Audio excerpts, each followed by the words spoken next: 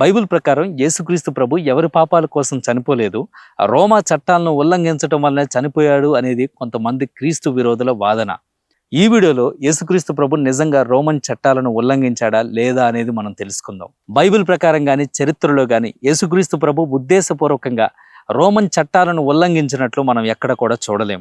నిజానికి యేసుక్రీస్తు ప్రభు ఎప్పుడు కూడా రోమన్ సామ్రాజ్యానికి వ్యతిరేకంగా ఎటువంటి సాయుధ తిరుగుబాటు కానీ పోరాటం కానీ చేయలేదు. పన్నులు ఇవ్వొద్దని ప్రజల్ని ఎప్పుడు కూడా రెచ్చగొట్టలేదు. యేసు జీవించిన మొదటి శతాబ్దంలో యోదయ, గలిలయ రోమన్ సామ్రాజ్యం ఆధీనంలో ఉండేవి.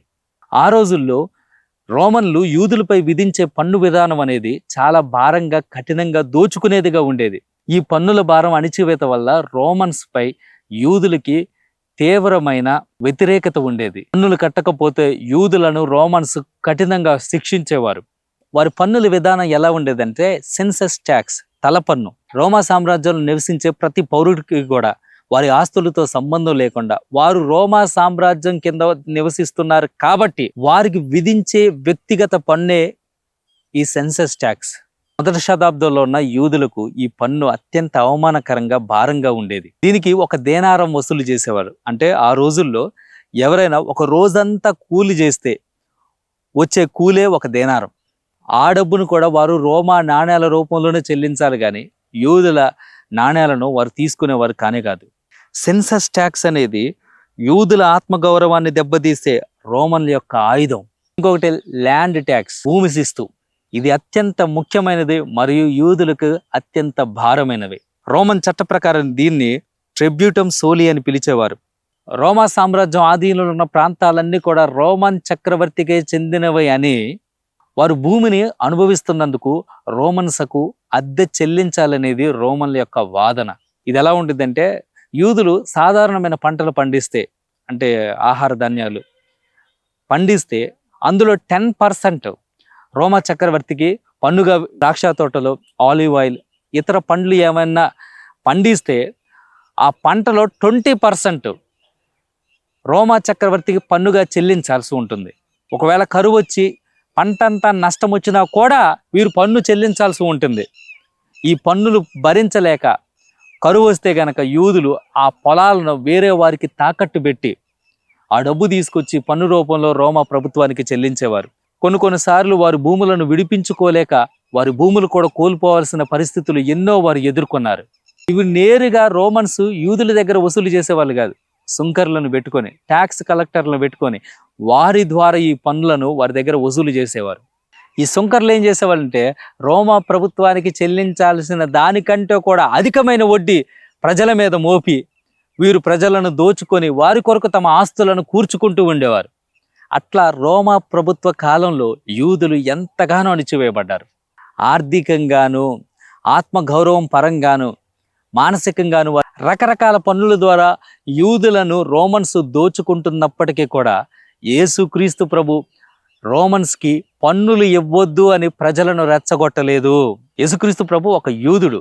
రోమన్స్ తన సొంత ప్రజలను దోచుకుంటున్నప్పటికీ కూడా రోమా సామ్రాజ్యానికి వ్యతిరేకంగా యేసుక్రీస్తు ప్రభు ఎన్నడూ తిరుగుబాటు చేయలేదు. ఒకసారి ఒక హెరోదీయుడు, పరిసయ్యుడు యేసుక్రీస్తు ప్రభు దగ్గరికి వచ్చి, బోధకుడా, కైజర్కి పన్ను ఇచ్చట న్యాయమా కాదా? కైజర్కి పన్ను ఇవ్వమంటావా వద్దంటావా అని క్రీస్తుని ఇరుకులో పడవేయడానికి ఒక ప్రశ్న వేస్తాడు. అప్పుడు యేసుక్రీస్తు ప్రభు, మీ దగ్గర ఎవరి దగ్గరైనా రోమన్ నాణ్యం ఉంటే తీసుకొని రండి అని చెప్పేసి ఒక రోమన్ కాయిన్ని యేసుక్రీస్తు ప్రభుకి ఇచ్చినప్పుడు ఆ కాయిన్ని వారికి చూపించి, దీని మీద ఉన్న అధికార ముద్ర ఎవరిది, దీని మీద ఉన్న ఈ సింబల్ ఎవరిది అని చెప్పేసి యూదులను అడిగితే వారు అంటారు, ఇది కైజర్ది అని చెప్పేసి. ఆయన అంటాడు అప్పుడు, కైజర్ది కైజర్కి ఇవ్వండి, దేవునిది దేవునికి ఇవ్వండి అని. యేసుక్రీస్తు ప్రభు ఎప్పుడు కూడా పన్నుల విషయంలో రోమా చట్టాలను ఉల్లంఘించలేదు. తన సొంత ప్రజలే అణిచివేతకు గురవుతున్నప్పటికీ కూడా రోమా చట్టానికి ఆయన లోబడ్డాడు, కానీ వారికి వ్యతిరేకంగా ఎటువంటి సాయుధ తిరుగుబాటును చేయలేదు. తనకున్న ఫాలోయింగ్ను ఉపయోగించుకొని యేసు రోమా చట్టాలకు వ్యతిరేకంగా ఆయన తిరుగుబాటు చేయొచ్చు, కానీ ఆయన తన ఫాలోయింగ్ని, ప్రజల్లో ఆయనకున్న మద్దతును రోమా సామ్రాజ్యానికి వ్యతిరేకంగా ఆయన వాడుకోలేదు. ఆ రోజు ఒకవేళ యేసుక్రీస్తు ప్రభు పన్ను కట్టొద్దు అని చెబితే ఆయన్నే ఆ రోజే సిలువేసి చంపేవాళ్ళే. ఈయన కైజర్ యొక్క నియమాలను, రోమా ప్రభుత్వం యొక్క నియమాలను ఉల్లంఘిస్తూ ఉన్నాడని చెప్పేసి ఆ రోజు ఆయనను తీసుకెళ్లి పిలాతు ముందు నిలబెట్టి సిలువ వేసి చంపించేవారు. కానీ ఆ రోజు ఆయన పన్ను ఇవ్వొద్దు అని ప్రజలను రెచ్చగొట్టలేదు. ఒకవేళ యేసుక్రీస్తు ప్రభువే గనక పన్నులు ఇవ్వండి అని చెప్పేసి అంటే, యూదుడయ్యుండి రోమా సామ్రాజ్యం తరపున ఆయన మాట్లాడుతున్నాడు అని చెప్పేసి యూదులందరూ ఒక్కసారిగా ఆయన మీద పడేవాళ్ళు. ఒకసారి యోధా మత పెద్దలందరూ యేసుక్రీస్తు ప్రభుని పట్టుకొని పిలాతు దగ్గరకు తీసుకుని వెళ్ళారు. ఈ వ్యక్తి మా మత నియమాలన్నిటిని ఉల్లంఘించాడు, ఇతనికి మరణశిక్ష విధించాలని చెప్పేసి పిలాతు దగ్గరకు తీసుకెళ్లారు. ఎందుకంటే మతపరమైన కారణాలకు శిక్ష విధించే హక్కు యూదులకు లేదు. యేసుని పిలాతు దగ్గరికి వెళ్ళి తీసుకొని వెళ్ళినప్పుడు పిలాతు యేసును పరిశీలించి, ఈయనలో నాకు ఎంత మాత్రము కూడా ఏ నేరము కనిపించట్లేదు అని చెప్పేసి పిలాతు సాక్ష్యం ఇచ్చారు. అయినా సరే వారు వదలకుండా ఈ వ్యక్తి కైజర్కు పన్నులివ్వద్దు అని చెప్పేసి చెప్తున్నాడు, ప్రకటిస్తున్నాడు అని ఆయన మీద తప్పుడు నేరం ఒకటి మోపారు. వాస్తవానికి పిలాతుకు తెలుసు యేసు ఏ రోజు కూడా కైజర్కు వ్యతిరేకంగా, రోమా గవర్నర్కి వ్యతిరేకంగా మాట్లాడలేదు అని. పిలాతు యేసును విడిపించాలని కోరుకోవడంలో చాలా కారణాలు ఉన్నాయి. అందులో ఒకటేంటంటే యేసు ఏ నేరము చేయలేదని ఆయన ఎరిగాడు. రెండవది, యేసుక్రీస్తు ప్రభు బహిరంగంగానే పన్నులేవమని యోధా ప్రజలకు చెప్పాడు కాబట్టి ఈయన వల్ల మా ప్రభుత్వానికి ఎటువంటి నష్టం లేదని ఆయనను విడిపించాలని చెప్పేసి అనుకున్నాడు. వారు యేసు మీద మోపిన ఇంకొక నేరం ఏంటంటే ఇతడు తనను తాను రాజుగా ప్రకటించుకుంటున్నాడు అని చెప్పేసి. ఈ మాట రోమన్స్కి అత్యధిక కోపాన్ని తెప్పించే మాట. అందుకని పిలాతు అడుగుతాడు, నువ్వు రాజువా అన్నప్పుడు. అప్పుడు యేసు అంటాడు, నా రాజ్యం ఈలోక సంబంధమైనది కాదు, నువ్వు అనుకున్నట్లు నా రాజ్యం ఈలోక సంబంధమైనది కాదు అని చెప్పేసి యేసుక్రీస్తు ప్రభు అంటాడు. అంటే యేసుక్రీస్తు ప్రభు రోమా సామ్రాజ్యానికి ఎటువంటి ముప్పు కాదు అని పిలాతు ఆ రోజు గ్రహించాడు.